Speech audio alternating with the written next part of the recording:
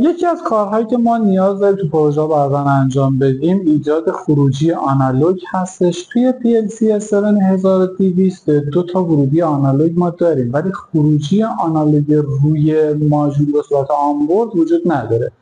برای همین منظور دو تا گزینه داریم: یا ما بیایم در واقع ماژولی رو اضافه کنیم که آنالوگ رو ما بده از این سمت، یا امکان خیلی خوب دیگه که میتونیم داشته باشیم از سیگنال بورد ها به این صورت استفاده کنیم. ما توی این پروژه‌ای که الان ملاحظه می‌فرمایید یک سیگنال بوردی رو اینجا قرار دادیم، یعنی این سیگنال بورد نصب شده رو این قسمت پروژه سینتشیده و یک دونه خروجی آنالوگ آوت رو من میده که الان با هم دیگه نحوه تنظیمات و کار کردن با این آنالوگ آوت رو می‌بینیم. هدف کلی هم این است که اگر من یک مقداری رو مثلا میخوام 2 ولت داشته باشم، بتونم 2 ولت بدم و این 2 ولت رو تو خروجی ببینم. به عنوان مثال الان من اینجا مثلا نیم ولت تو خروجی ایجاد کردم.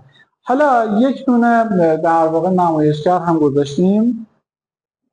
من با این نمایشگر ولتاژ رو تغییر میدم، مثلا میخوام روی 1 ولت بذارم، همونطور که ملاحظه می‌فرمایید اینجا روی 1 ولت تنظیم شده، یا روی 5 و 55 میخوام تنظیمش بکنم، اینجا رو مقدار 5 و 55 میشینه. پس من میتونم 0 تا 10 ولت رو از این طریق ایجاد کنم و تو خروجی آنالوگ داشته باشم. حالا با این خروجی آنالوگی میتونم درایو رو کنترل کنم، میتونم کارهای کنترلی متفاوتی که نیاز به ولتاژ 0 تا 10 داره انجام بدم. بریم ببینیم چجوری تو نرم افزار تیا پورتال ما این تنظیمات رو انجام میدیم و به این اعداد و ارقام میرسیم.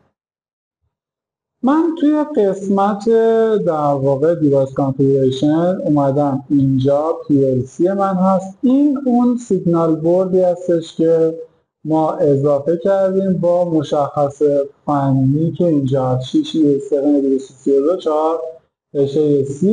که یک آنالوگ اوت 12 بیتی داره که تقریبا مشخصات خوبی داره و میتونیم ازش استفاده کنیم. توی برنامه من اومدم این کار کردم، اینجا یه بلوک آنالوگ آوت استفاده کردم، یک مقداری رو از MDS در واقع 116 میگیره. این اون مقداری هستش که من از طریق نمایشگر اجتماعی هم دوست دارم به اون عدد برسم. نمایشگر اجتماعی هم بحث شده و MD 116 رو من از تو نمایشگر عوض میکنم، میتونه یه عددی بین 0 تا 10 باشه با مثلا 2 رقم اشاره.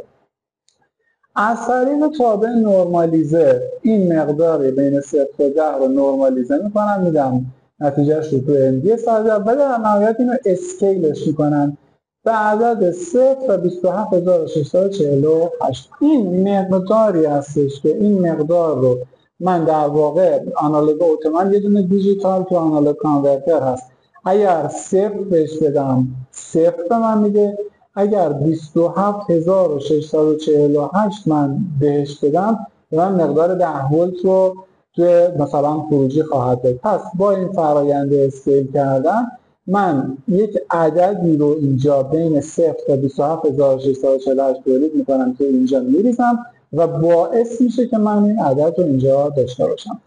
آنلاین میکنم من این مقدار رو کیا رو. خب الان همونطوری که ملاحظه می‌فرمایید مقدار 5/55 از طریق نمایشگر وارد شده. من این رو روی 1 میذارم الان و این 1 الان نشسته اینجا. این 1 نرمالیزه شده بین 0 تا 10 شده 1 دهم و در نهایت این 1 دهم اسکیل میشه توی 0 تا 27648 که عدد 2765 رو توی آنالوگ آوت می‌نویسه. یعنی توی سخت افزار وقتی این مقدار 2765 نوشته بشه باعث میشه که من 1 دهم ولت رو 1 ولت رو ببینم. همونطور که ملاحظه می‌فرمایید اینجا من مقدار 1 ولت رو دارم. حالا این عدد رو عوض می‌کنیم، مثلا میاریم رو عدد 10.